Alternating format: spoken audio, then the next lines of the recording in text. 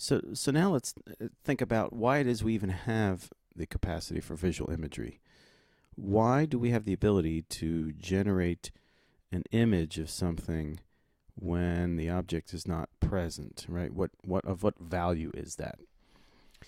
To answer that question, first let's take a look at how the visual system and some of the language systems interact. Here we have a person who's looking at a comb. Now let's assume that this person is familiar with combs. So they should have a visual memory of a comb in their visual cortex.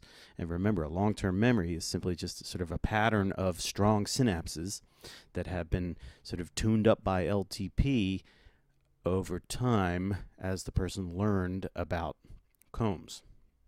So this is a consolidated long-term memory about the visual shape of a comb. Okay, so the person's looking at the comb. The visual system is going to be analyzing that object. And the idea is that the pattern of neural activity in many of these visual cells here will activate the memory of the comb, because the pattern of activity of perceiving the comb would be similar, would be a kind of a match to the pattern stored in long-term memory. Now, when that comb memory gets reactivated, well, so too will all of the things that that visual memory is associated with. So remember, we said the concept of a tiger is stored in a distributed way, right? That what a tiger feels like over here, what a tiger looks like, what a tiger sounds like in the auditory cortex. Same with the comb, including the word comb, right? The sound of the word comb, and then the meaning of the object, or what the object can be used for, etc. So by recognizing a comb, that's going to be activating some of the language systems so that we can retrieve the sound of the word comb and then activate all kinds of information about combs. Now, let's take a look at our working memory system. So you recall somebody presents the object to you. Well, so right away, the visual system is involved in loops of neural activity with the working memory system, and that constitutes you perceiving the comb. But remember now, the language area is also getting activated, right? And so that visual aspect of a comb is going to activate the sound of the word comb and other information, and now that can set up loops of neural activity in your working memory system. And so now you have the answer to the question, what is that object? It's a comb.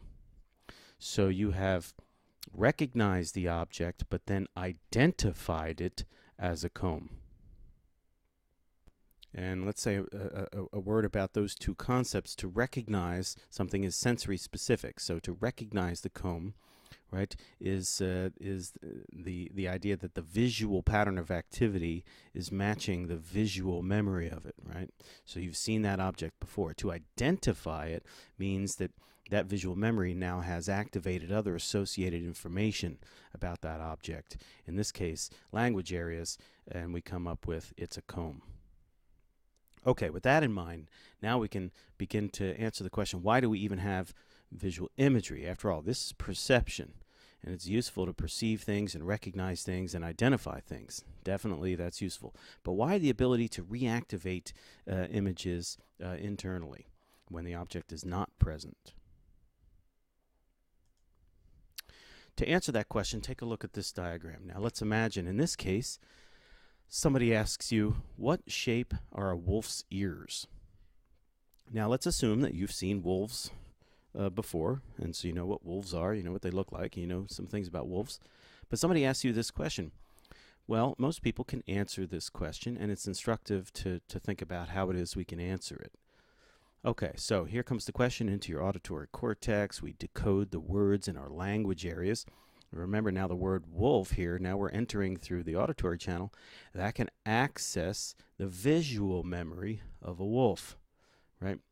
So notice in our working memory system, the question does enter into our working memory through loops of activity with the auditory cortex, but the decoding of the words now can activate a visual image, and we will reconstruct, in a sense, the image of a wolf, right? Because we're reactivating the visual memory of what a wolf looks like.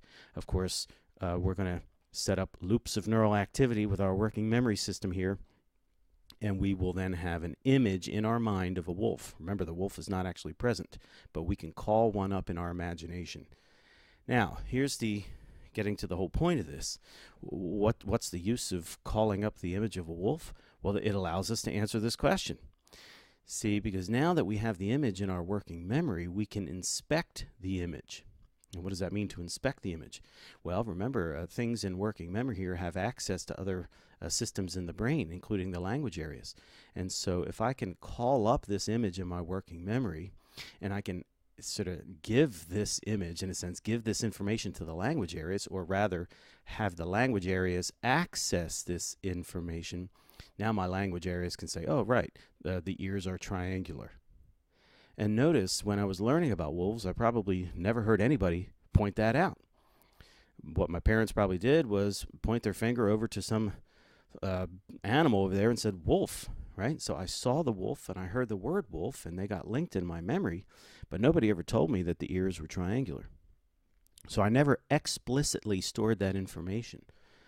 Yet the ability to call up the image of what I did store, the image of the wolf, allows me now to extract further information about wolves, that in fact they have triangular ears. And that's because what's in working memory here is able to access other brain systems, and those other brain systems can contribute to extracting information, can participate in analyzing the objects in working memory.